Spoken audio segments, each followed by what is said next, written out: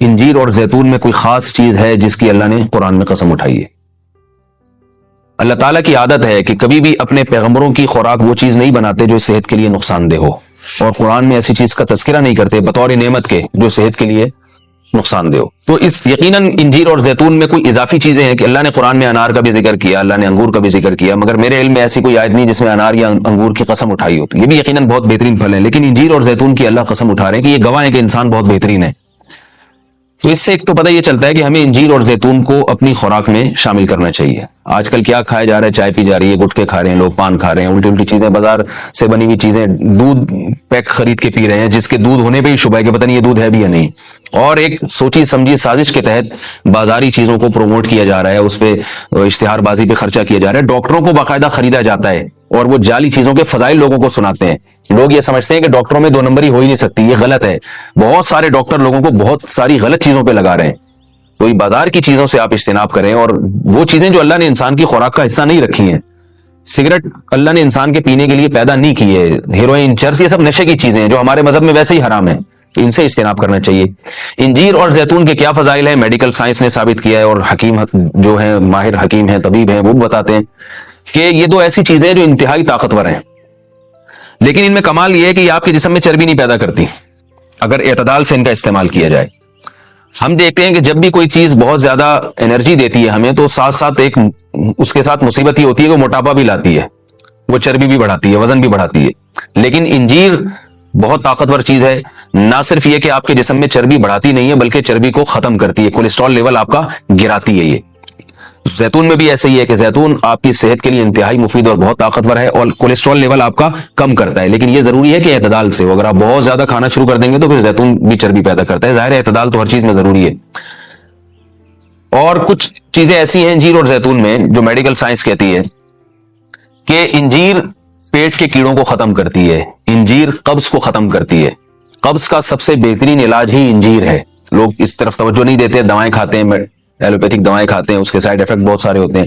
تو اگر ہم اپنی خوراک میں روزانہ کچھ نہ کچھ انجیر کا استعمال رکھیں تو بہت ساری بیماریوں سے انشاءاللہ ہماری حفاظت ہو جائے گی۔ انجیر میں خاص بات یہ بھی ہے کہ یہ خون پیدا کرتی ہے، سالے خون جسم میں بناتی ہے، لیکن انجیر کے استعمال کا طریقہ یہ ہے کہ اس کو بہت زیادہ چبا کے کھانا چاہیے اچھی طرح۔ زیتون میں بھی اللہ نے بہت کچھ رکھا ہے، قرآن مجید میں اللہ تعالیٰ نے زیتون کی الگ سے بھی فضیلت بیان کی ہے۔ فرمایا کہ اللہ نے اپنے نور کی مثال دی ہے قرآن میں، اللہ نور السماوات والارض مثل نورہ کمشکاۃ فیہا مصباح المصباح فی زجاجہ الزجاجۃ کأنہا کوکب دری یوقد من شجرۃ مبارکۃ زیتونۃ لا شرقیۃ ولا غربیہ۔ اللہ نے فرمایا کہ میری مثال اس نور کی ہے، یعنی ہدایت کی ہے، کہ جیسے کسی اندھیرے میں کوئی چراغ رکھا ہو۔ اب اس چراغ میں اللہ نے مثال کس دی ہے؟ یعنی زیتون کی دی ہے، کہ وہ چراغ جس کو زیتون کے تیل سے جلایا جا رہا ہو، یعنی ایسے تیل سے جو مبارک درخت سے نکالا گیا ہو۔ تو اللہ نے وہاں بھی قرآن مجید میں سورہ نور میں بھی زیتون کے درخت کو اللہ نے مبارک درخت کہا ہے۔ ایک اور مقام پہ قرآن مجید نے زیتون کی تعریف کی ہے، فرمایا کہ وَشَجَرَةً تَخْرُجُ مِن طُورِ سَيْنَاءَ تَنبُتُ بِالدُّهْنِ وَالصِّبْغِ لِلْآكِلِينَ۔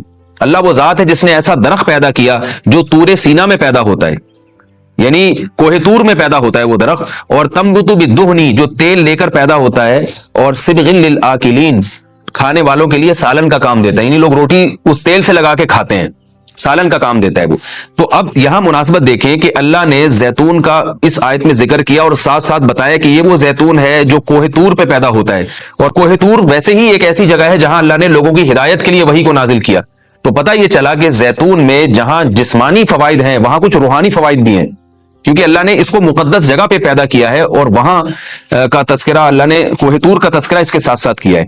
اور اس آیت میں بھی ایسا ہی ہے، جہاں اللہ نے زیتون کا ذکر کیا آگے فوراً بطور سینا کوہ طور کی اللہ نے قسم اٹھائی ہے۔ تو اس سے پتہ چلتا ہے کہ زیتون میں جہاں جسمانی فوائد ہیں کچھ روحانی فوائد بھی ہیں۔ روحانی کا مطلب یہ ہے کہ اس کے کھانے سے عین ممکن ہے کہ آپ کی کچھ روحانی ترقی بھی ہو، شاید اللہ کی محبت میں اضافہ ہو، گناہوں سے نفرت پیدا ہو، یا اس کے سے جسم میں کوئی ایسی تبدیلی آتی ہے۔ میں کوئی یقینی بات نہیں کر رہا، لیکن قرآن میں اس طرف اشارہ ملتا ہے۔ اس سے ہمیں کیا پتہ چلتا ہے کہ یہ جو ہم مختلف قسم کے کوکنگ آئل استعمال کر رہے ہیں، ان سے آہستہ آہستہ اپنی جان چھڑانی چاہیے اور نیچرل چیزوں پہ آنا چاہیے۔ ایک آپ کو میں ایک تحقیق یہ بھی بتاتا ہوں کہ میڈیکل سائنس یہ کہتی ہے کہ یہ جو کولیسٹرول ہے نا اور یہ چربی ہے، یہ دیسی گھی سے نہیں پیدا ہوتی، یہ ہم جو آرٹیفیشل آئل استعمال کر رہے ہیں، جو پتہ نہیں کیا کیا ملایا جاتا ہے، اس سے نقصان ہوتا ہے، جبکہ لوگ دیسی گھی سے اجتناب کرتے ہیں۔ اگرچہ بھی میرا موضوع دیسی گھی نہیں ہے، میں صرف یہ بتانے کے لیے کہ جو قدرتی چیزیں ہیں وہ آپ کی صحت کے لیے نقصان دہ نہیں ہیں. آپ کھانے میں اگر زیتون نہیں استعمال کر سکتے تو دیسی گھی استعمال کرنا شروع کر دیں، تو انشاءاللہ اس سے بھی جو بہت ساری بیماریاں ہارٹ کی اور بلڈ پریشر کی اور پتہ نہیں کیا کیا بیماریاں پیدا ہو رہی ہیں اس میں بھی انشاءاللہ کمی آئے گی. اور یہ بھی ہمیں اس آیت سے سبق ملتا ہے کہ آپ قرآن مجید کا معجزہ دیکھیں. ابھی چند دن پہلے کسی حکیم کے توسط سے مجھے پتا چلا، انہوں نے مجھے بتایا کہ میں نے پوچھا کہ بھئی انجیر اور زیتون، انجیر کھانے کا سب سے بہترین طریقہ کیا ہے؟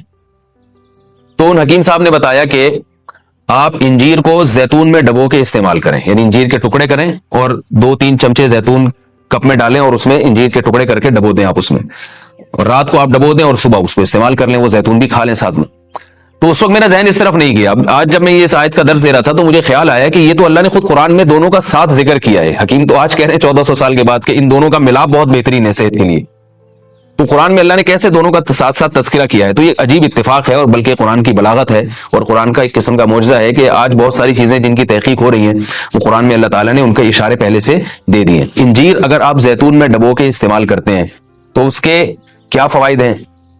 ایک فائدہ تو یہ ہے کہ انجیر کو چبانا آسان ہو جاتا ہے، ورنہ انجیر بہت سخت چیز ہوتی ہے، اس کا چبانا آپ کے لیے مشکل ہے. جب آپ اس کو زیتون میں ڈبو دیں گے، آپ صبح جب کھائیں گے تو آپ کو پتہ چلے گا کہ وہ نرم ہو گئی ہے، اس کا کھانا آسان ہے. اور دوسرا فائدہ یہ کہ اس سے زیتون کا کھانا بھی آسان ہو جاتا ہے.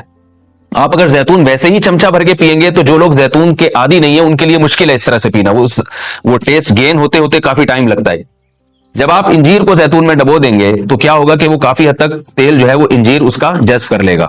پھر جب آپ استعمال کریں گے تو وہ تیل کا استعمال بھی ہوگا، مگر وہ تیل کی ایک خاص قسم کی جو ایک مہک ہوتی ہے جس سے بعض لوگ جس کو پسند نہیں کرتے، تو اس مہک سے بھی آپ کی جان چھوٹ جائے گی اور آپ وہ آسانی سے کھا سکیں گے. دوسرا فائدہ اس کا یہ ہوتا ہے کہ یہ جو کمبینیشن ہے انجیر اور زیتون کا، کچھ فائدے انجیر میں ہیں جو زیتون میں نہیں، کچھ فائدے زیتون میں ہیں جو انجیر میں نہیں. تو یہ کمبینیشن ایسا ہوتا ہے کہ آپ کو ایک صحت کے لیے ایک بہترین ٹونک مل جاتا ہے، کولیسٹرول لیول آپ کا کم ہو جاتا ہے، قبض آپ کا ختم ہو جاتا ہے. یعنی اطباء یہ کہتے ہیں کہ یہ دو آتشہ بن جاتا ہے، یعنی انجیر کا فائدہ بھی ڈبل ہو جاتا ہے اور زیتون کا فائدہ بھی اس سے ڈبل ہو جاتا ہے. تو جب اللہ نے قرآن مجید میں ایک چیز کا بہت اہتمام سے تذکرہ کیا ہے تو ہمیں اس کو استعمال میں لانا چاہیے. میں نے عربوں کو دیکھا ہے وہ بہت زیادہ انجیر اور زیتون کا استعمال کرتے ہیں، مگر ہمارے ہاں صبح صبح لوگ جیم کا استعمال کر لیں گے، شہد نہیں استعمال کرتے، اور بچوں کو ٹافیاں کھلا دیں گے، انجیر نہیں کھلائیں گے کبھی بھی. میں اپنے والد صاحب کو دیکھتا تھا، وہ ہمیں انجیر لا کے دیا کرتے تھے، ہم کھاتے تھے اس کو شوق سے، والد صاحب خود بھی استعمال کرتے تھے. تو والدین کو چاہیے کہ بچوں کو ان چیزوں پہ ڈالیں. میٹھا کھانے کا بچوں کو شوق ہوتا ہے تو آپ ٹافی یا چاکلیٹ کے بجائے آپ ان کو انجیر کھلا دیں، آپ ان کو کوئی ایسے پھل فروٹ کھلا دیں، شہد کھلا دیں. تو ان چیزوں پہ لانا چاہیے کیونکہ اللہ تعالیٰ نے صحت کی حفاظت کا بھی ہمیں حکم دیا ہے، قرآن و سنت میں اس کا بہت تاکید سے حکم ہے.